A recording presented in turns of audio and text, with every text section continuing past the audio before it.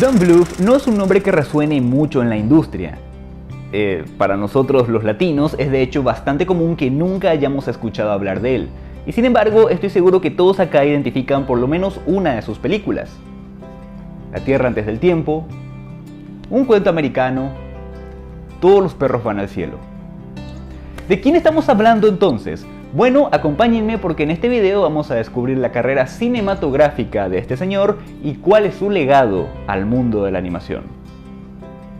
Donald Virgil Blue nació el 13 de septiembre de 1937 en El Paso, Texas. Fue criado en la fe de la Iglesia de Jesucristo de los Santos de los Últimos Días y tiene una ascendencia de lo más variada, abarcando la sueca, la inglesa, la irlandesa, la escocesa e incluso la alemana. Como un chico del Paso, solía ir a caballo hasta el cine para ver las películas de Disney.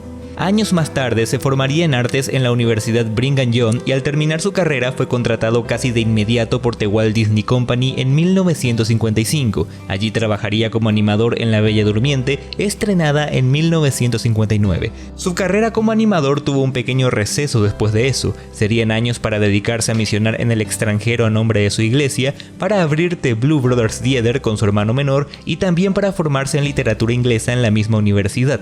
Sin embargo, todo esto no lo alejó de la animación por completo, ya que llegó a trabajar como diseñador en Filmation, productora estadounidense hoy extinta dedicada a crear series animadas para la televisión. También llegó a prestar servicios para Disney de manera ocasional, como por ejemplo en La Espada en la Piedra, donde trabajó como asistente de animador, aunque no fue acreditado.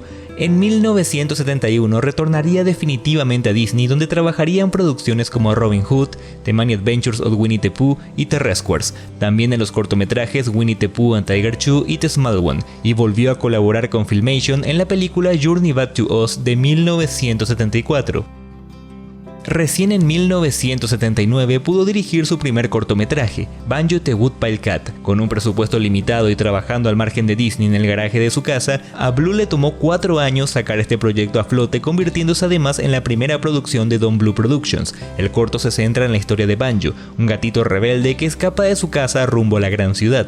Este primer trabajo ya permitía ver lo que sería el estilo de Blue años más tarde, como el diseño de los personajes, el uso de la música o la paleta de colores. También la temática del personaje infantil que enfrenta un gran viaje para reencontrarse con su familia. Pero la producción de Banjo no fue solo por amor al arte, también fue una declaración de intenciones por parte de Don Bluth. Verán, Disney no estaba en su mejor momento en aquellos días, se venía una época de grandes cambios y los disgustos comenzaban a aflorar. Tras la muerte de Walt Disney en 1966, se cerraba una época dorada para los dibujos animados. Su ausencia afectó profundamente al estudio y 5 años más tarde, su hermano Roy Disney lo seguiría en el camino sin retorno. De esa forma, la cúpula directiva de la empresa se vio en jaque y eso terminó afectando la calidad de sus producciones. No por nada este periodo es conocido como la era oscura de Disney, una etapa plagada de películas que pasaron sin pena ni gloria, experimentos raros y más fracasos que éxitos. Esta era está enmarcada entre 1970 y 1988. En ese contexto, El Zorro y el Sabueso se estrenó en 1981 y fue la 24ª película de Walt Disney Animation Studios. Contó con un presupuesto de $12 millones, la película animada más cara producida hasta esa fecha, pero no logró mucho éxito con la crítica, y es necesario entender lo que pasó. El Zorro y el Sabueso tuvo una de las producciones más difíciles que recuerda el estudio del ratón, en gran parte ya que esta fue la última película en la que trabajaron los legendarios Frank Thomas y Ollie Johnston, marcando el final definitivo de una época. Para 1977 los animadores veteranos de Disney o habían muerto o habían pasado a retiro, y en su lugar quedaban un montón de animadores novatos que habían sido reclutados años antes. Algunos de estos animadores eran Glenn Keane y John Lasseter, por citar algunos nombres renombrados. Si bien Don Bluth dibujó algunas escenas para El Zorro y el Sabueso, terminó abandonando la producción en sus etapas más tempranas, desanimado por el rumbo que la compañía estaba tomando. Como un fiel amante del pasado, Bluth soñaba con retornar a los años dorados de la animación clásica y entendió que la única forma en que podría lograrlo era lanzarse por su cuenta. Mientras trabajaba en Disney, Bluth conoció a los animadores Gary Goldman y John Pomeroy, con quienes estrechó lazos al trabajar en Banjo the Woodpile Cat. Cuando el panorama se presentaba negro para Disney, estos 3 hombres renunciaron para crear su propio estudio con otros 9 animadores que lo siguieron. Así nació Don Bluth Entertainment. Si recuerdan el video del Príncipe de Egipto, ahí hablamos de cómo DreamWorks se propuso hacerle una feroz competencia a Disney durante los 90, Pero Don Bluth ya sería una interesante competencia para Disney en los 80, marcando un interesante antecedente. Paradójicamente, la figura de Don Bluth nunca consiguió gozar de una gran popularidad, aun cuando sus mejores producciones surgieron en la época en que Disney estaba de capa caída. Pero eso sí, Don Bluth trabajaría en importantes películas durante este periodo. Banjo The Woodpile Cat permitió que el estudio recién creado trabajara en una secuencia animada para la película Xanadu, un musical de fantasía de carácter bien ochentero. Esta secuencia nos deja ver el estilo de Bluth fuertemente influenciado por la faceta más clásica de Disney, así que a partir de acá hay dos obras importantísimas de las que tenemos que hablar. La primera es The Secret of NIMH, primer largometraje del estudio y primer largometraje en la carrera de Don Bluth.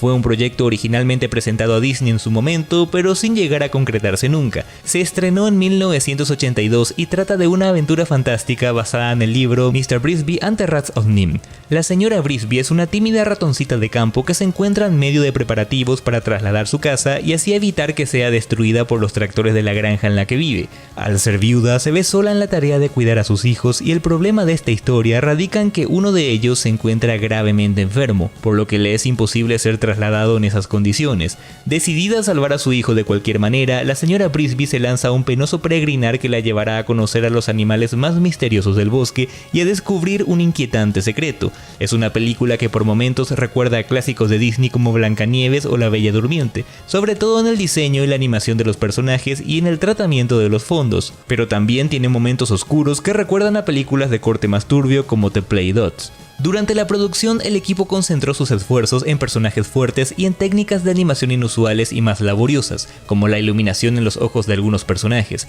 Esto se debe a que Bluth temía que las técnicas más antiguas fuesen abandonadas en favor de costos de producción más baratos, y creía que la única forma de evitar esto era continuar con el modelo tradicional.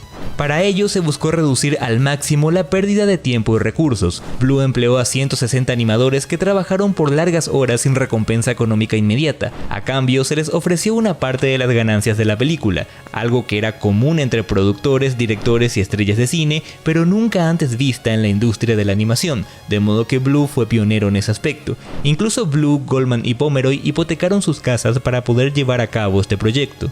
Y aunque la película tuvo un éxito moderado en la taquilla, logró encantar a los críticos. Posteriormente se volvería un clásico de culto con su relanzamiento para video casero y proyecciones por cable. Asimismo, una secuela fue producida para video casero en 1998, pero ya no contó con la participación de Bluth. Dicho sea de paso, Gary Goldman empezó a trabajar de cerca con Don Bluth en la dirección, llegando a codirigir en el futuro muchos de sus largometrajes. Esta responsabilidad fue creciendo con el tiempo, de modo que en algunas películas la dirección aparece acreditada a ambos. Y la segunda obra de la que tenemos que hablar es Dragon's Lair, videojuego de 1983. Es una película interactiva lanzada para Laserdisc que cuenta cómo el caballero Dirk intenta rescatar a la princesa Daphne del malvado dragón Sinch. Don Bluth se destacó no solo como animador, sino también como diseñador y productor, permitiendo al equipo no solo trabajar para la industria del cine, sino también para la del videojuego. También trabajarían en Space Ace, videojuego lanzado en la primavera de 1984, y una secuela de Dragon's Lair ya estaba en desarrollo. Desde acá pensaríamos que a pesar de las complicaciones tenían todo listo para despegar hacia un futuro prometedor. Por desgracia, la realidad tenía otros planes para ellos. La huelga de animadores de 1982 afectó fuertemente a la economía de la joven empresa, y un año más tarde llegaría la crisis del videojuego de 1983, cerrándoles las puertas a esta industria para siempre. Con todos estos golpes, Don Bluth Entertainment se terminó declarando en bancarrota el 1 de marzo de 1985. Un triste comienzo, pero eso no detuvo los ideales de Don Bluth en ningún momento. The Secret of NIMH había hecho suficiente ruido para convencer al empresario Morris Sullivan de unirse a la empresa, y fue con su administración que se dieron los pasos que se tenían que dar. De esa forma, el estudio formalizaría su nombre a Sullivan Bluth Studios. Y es en este momento cuando aparece un joven Steven Spielberg quien decidió apoyar el siguiente proyecto cinematográfico de Bluth. Ambos trabajaron juntos para desarrollar la historia. La producción no estuvo exenta de problemas y disgustos, pero la alianza con Spielberg no solo proveyó su respaldo creativo, sino también económico, ya que con su productora Amblin Entertainment y teniendo a Universal Pictures como distribuidora, la película recibiría una importante campaña publicitaria. Fue así que en 1986 se estrenó Un cuento americano, convirtiéndose en la película animada más taquillera en un lanzamiento inicial.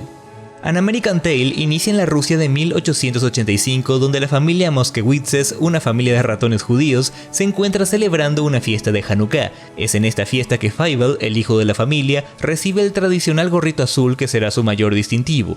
La celebración, sin embargo, es interrumpida cuando una banda de cosacos ataca la villa donde conviven humanos y ratones. Los gatos hacen su aparición como los principales villanos de esta historia. La familia entonces, cansada de estos atropellos, decide emigrar a Estados Unidos, una tierra ideal donde supuestamente no existen gatos, aunque más tarde esto se termina por desmentir. Por desgracia, Fievel se pierde durante el viaje, así que la aventura se centra en el pequeño ratoncito tratando de regresar junto a su familia. El título de la película es un juego de palabras, donde Tail es reemplazado por Tail. Son dos palabras que suenan parecido, pero mientras Tail significa cuento, Tail denomina el rabo o la cola de los animales, en conveniencia con nuestro protagonista, quien es, casualmente, un ratón. De hecho, para dar la sensación de un cuento que se narra por capítulos, casi todas las escenas están divididas con fundidos en negro. Y sí, sé lo que están pensando. ¿Película ochentera sobre unos rusos que abandonan la triste Rusia para buscar su sueño americano? Suena sospechoso. Pero les prometo que no hay ninguna propaganda anticomunista en este filme. Si bien la película sí ensalza ciertos valores de la identidad estadounidense, tampoco vacila en retratar la realidad de la época y en cierta forma es una celebración a los inmigrantes en Estados Unidos. Eso sí, de forma bastante sutil e inocente, pero se valora la creatividad que le imprimieron. Sin falta, hay un montón de detalles que los adultos valorarán más que los niños. El éxito de An American Tail desembocó en otras 3 secuelas hasta la fecha, pero ninguna de ellas volvió a contar con la colaboración de Blue. También durante este periodo, Morris Sullivan decidió trasladar la mayoría de las operaciones del estudio a la ciudad de Dublín en Irlanda, esto para poder beneficiarse de las subvenciones y de las bajas tasas impositivas que existían en ese momento en dicho país. Es justo mencionar además que esto también ayudó a impulsar la industria de la animación en Irlanda.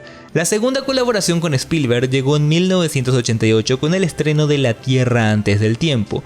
La idea era hacer una película similar a lo que había sido Bambi en su época, pero con dinosaurios. También George Lucas decidió sumarse a este proyecto. Entre los tres convencieron a los guionistas de An American Tail de escribir el guión del nuevo largometraje.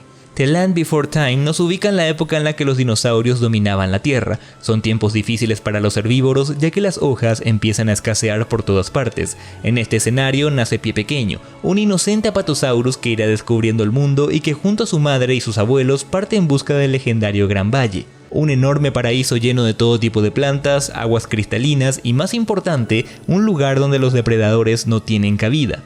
Durante el viaje, Pie Pequeño pierde a su madre cuando ésta intenta salvarlo del ataque de un tiranosaurio. En ese mismo momento se produce la separación de los continentes que deja a niños y padres en dos extremos distintos, por lo que ahora deberán unir fuerzas para poder llegar al Gran Valle por su cuenta.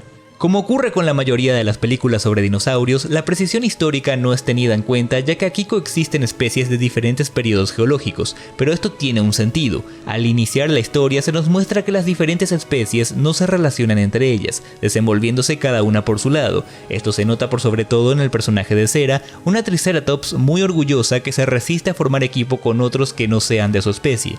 Pero a medida que avanza la historia, el grupo de Pie Pequeño va creciendo, siendo conformado por un heterogéneo grupo de dinosaurios que, con la típica inocencia de los niños, debe aprender a trabajar en equipo. Es una historia de unidad y de entender que para lograr una meta siempre se necesita de los demás, y en este camino enfrentarán todo tipo de peligros. El éxito de la película crearía toda una franquicia que a fecha de subirse a este video cuenta con 14 secuelas directas para video y una serie de televisión. Don Blue no estuvo involucrado en ninguna de ellas. Por otro lado, el director empezaba a resentirse debido a que no congeniaba del todo con Spielberg. Es más, durante la etapa de postproducción, Spielberg y Lucas solicitaron la eliminación de algunas escenas por considerarlas demasiado oscuras para el público infantil. Como consecuencia, se eliminaron 19 escenas que ya estaban completamente animadas, equivalentes a 11 minutos de metraje. Y no puedo ocultar la curiosidad que me genera saber cómo hubiese sido la película con esas escenas eliminadas, pero eso ya es harina de otro costal. De cualquier manera, la tercera colaboración con Spielberg sería la última. En 1989 se estrenó Todos los perros van al cielo, un musical de fantasía que trata de... ¿cómo lo digo? A ver, honestamente la historia da muchas vueltas, pero para resumir la trama, Charlie es un perro embustero que se las arregla para seguir viviendo aun cuando se supone que no debería hacerlo. En todo ese tiempo solo piensa en vengarse del perro que le ocasionó la muerte y en obtener beneficio propio. Eventualmente su relación con una niña huérfana lo va abriendo hasta que termina por sacrificarse por ella. Recibió críticas mixtas y no lograría nunca el éxito en taquilla de las dos películas anteriores, pero el éxito llegaría al lanzarse en VHS. Esto inspiró una secuela directa para video, una serie de televisión y un especial de Navidad también para video. Y sí, adivinaron, Blue tampoco estuvo involucrado en ninguno de estos trabajos posteriores. Desde acá podemos notar un patrón. Se darán cuenta que de una forma o de otra, todos estos productos se siguieron explotando con el tiempo, algunos más que otros ciertamente. Eso es lo que explica la diferencia abismal entre la primera película y las que vinieron después, pero también nos habla del impacto que tuvieron estas obras y del buen trabajo que Don Bluth realizó en cada una de ellas. Por desgracia, desde acá las cosas no irían precisamente bien. La relación con Spielberg se rompió definitivamente tras el estreno. Bluth no estaba conforme con los términos impuestos por Universal Pictures para la distribución de las dos películas anteriores y siempre sintió que Spielberg se entrometía mucho con la producción, restándole libertad creativa. Además, Disney estaba teniendo un inesperado regreso entre finales de los 80 y principios de los 90, de modo que el estudio reconsideró su enfoque en las relaciones públicas esperando impresionar a la crítica. Así empezó un nuevo capítulo para este estudio con nuevas distribuidoras y nuevos auspiciantes.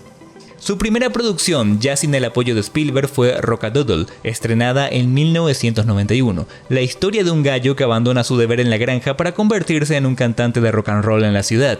Su producción y su lanzamiento fueron difíciles, ya que el estudio estaba atravesando dificultades financieras en ese momento. Solo logró recaudar $11.6 millones de los 18 millones que había costado y tuvo críticas negativas en general. A esta película siguieron Tambelina de 1994, una versión animada del clásico cuento Pulgarcita de Hans Christian Andersen, a Troll in Central Park, también de 1994, un musical de fantasía, y The Pebble and the Penguin de 1995. Ninguna de estas películas lograría triunfar ni con la crítica ni con la taquilla, y la verdad ni siquiera vale la pena mucho hablar de ellas. De hecho, con The Pebble and the Penguin la situación se volvió insostenible. Bluth y Goldman estaban tan disconformes con el resultado final por culpa de las constantes intromisiones de la Metro-Goldwyn-Mayer, su distribuidor en aquel momento, así que abandonaron la producción y exigieron que no se les acreditara como directores. Este quizás haya sido el punto más bajo en la carrera de Don Bluth. Sin embargo, nuestros directores ya tenían la vista puesta en nuevos horizontes. Después de tantos golpes contra la pared, Don Bluth y Gary Goldman comprendieron que ya no tenían nada que hacer en Sullivan Blue Studios, así que la abandonaron en 1994. El estudio terminaría cerrando tiempo después. Ambos volverían a Estados Unidos para empezar a trabajar en un nuevo proyecto y ahí lanzarían la que es mi película favorita de este director. Los 90 fue una década intensa para la animación. Disney estaba de regreso y más fuerte que nunca, una joven Pixar empezaba a posicionar a la animación por ordenador en el mercado y una revanchista DreamWorks buscaba destacar su nombre en la industria por todos los medios posibles. Este escenario no resultó ajeno para la 20th Century Fox, a quien le urgía crear su propio estudio de animación. Fox convocó a Bluth y a Goldman para dar forma al nuevo estudio en Phoenix, Arizona. Tras el cierre de Sullivan Blue Studios, la mayor parte del equipo se trasladó de vuelta a Estados Unidos para trabajar en la primera película de la recién creada Fox Animation Studios. Así nació Anastasia, estrenada en 1997. Anastasia es una adaptación de la leyenda que rodeaba a la gran duquesa Anastasia de Rusia, de la cual se presumía logró escapar del fatídico destino final de su familia, y aunque actualmente esto ha quedado completamente desmentido, el mito sirvió para inspirar varias obras sobre su vida. La película inicia con un baile que nos adentra a la vida de lujos de los Romanov. En ese momento, un perverso Rasputín, villano de esta historia, lanza una maldición sobre los Romanov asegurándoles que todos morirán en 15 días. Dicha maldición no es otra cosa que la revolución bolchevique, que ya sabemos todos cómo terminó. Pero Anastasia logra escapar milagrosamente. 10 años más tarde, Anastasia se ha convertido en Anya, una joven huérfana que sufre de amnesia y que no recuerda nada de su vida como miembro de la realeza. Uniendo fuerzas con dos timadores, Anya partirá en busca de su pasado mientras es permanentemente acosada por la sombra de Rasputín, el cual aún ansía completar su venganza. La película fue un rotundo éxito, tanto en crítica como en taquilla. Recibió varios premios e incluso sumó 2 nominaciones a los Oscars por Mejor Banda Sonora y Mejor Canción Original. Eso sin mencionar que a pesar de las licencias artísticas e históricas tomadas, la película fue bien recibida en Rusia, algo poco usual con este tipo de productos. Todo esto envalentonó a Fox a producir una precuela directa para video en 1999 basada en el personaje secundario de Bartok, y rompiendo con la tradición, así es, Don Bluth sí estuvo involucrado en este proyecto. Finalmente, Don Bluth parecía haber encontrado el impulso que necesitaba, así que se lanzó con Gary Goldman a la dirección de su siguiente proyecto y así iniciar el nuevo milenio con todo. En el 2000 se estrenó Titán A.E., una espectacular película de ciencia ficción posapocalíptica que pudo haber sido mucho más de lo que fue al final. En el año 3028, los humanos han perdido su planeta y se convierten en nómadas por el espacio. La película se centra en Kale, un joven rebelde que se ve envuelto en el proyecto Titán, una iniciativa para crear un nuevo planeta para los humanos, pero tendrán que hacer frente a los Drek, una raza alienígena hostil compuestos de energía pura. Originalmente pensada para hacer un live action, Titán A.E. es la película más singular de la filmografía de Don Bluth y Gary Goldman, siendo su primer acercamiento a la animación por computadora y con una trama mucho más adulta y oscura, llegando incluso a ser comparada con productos de tipo anime. Desgraciadamente, Fox Animation se enfrentó a una serie de recortes durante la producción de esta película que finalmente terminarían con el cierre del estudio en el 2000, y a Titán A.E. no le fue precisamente bien en la taquilla y recibió críticas mixtas. A día de hoy carga con el peso de ser la película que casi acaba con la carrera de Don Bluth. Don Bluth no volvió a estrenar ningún largometraje después de eso. Él y Goldman se dedicarían a hacer algunos trabajos en videojuegos y una animación para un videoclip de Scissor Sisters, pero nada relacionado con el cine propiamente dicho, aunque eso podría cambiar en los próximos años. La carrera de Don Bluth ha sido desde siempre una de cal y otra de arena, pero nadie puede negar que ha sido un feroz defensor de la animación tradicional y es otro ejemplo de lo mucho que cuesta mantener vivo esta forma de expresión. Cultivó un estilo que bebía de la época dorada de la animación con un toque mucho más melancólico y con sus películas sentó un precedente al desafiar comercialmente a Disney. El hecho de que algunas de sus películas sigan siendo tan bien recordadas nos habla de que en el inconsciente colectivo este estilo aún está bien apreciado.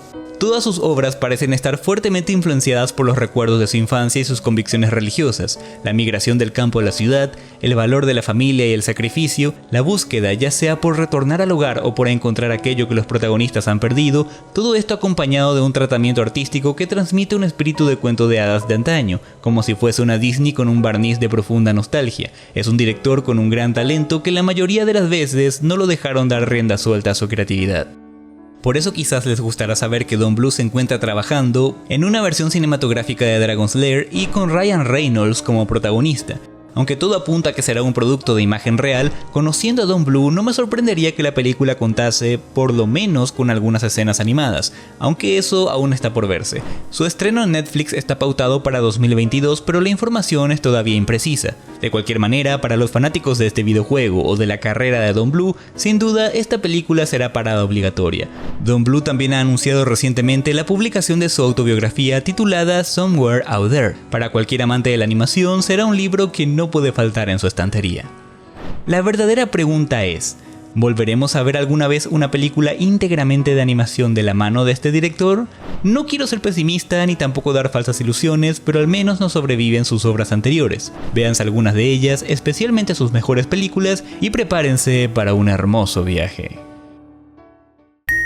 Y hemos llegado al final de otro video. Si les gustó lo que vieron o aprendieron algo nuevo, entonces ya saben qué hacer, compartirlo, puntuarlo y dejar un comentario. Especialmente dejar un comentario me ayuda a alimentar el algoritmo para que este video pueda llegar a más gente. Si sos nuevo por el canal, te invito a suscribirte y ver otros contenidos que tenemos por ahí, que seguro alguno te va a gustar.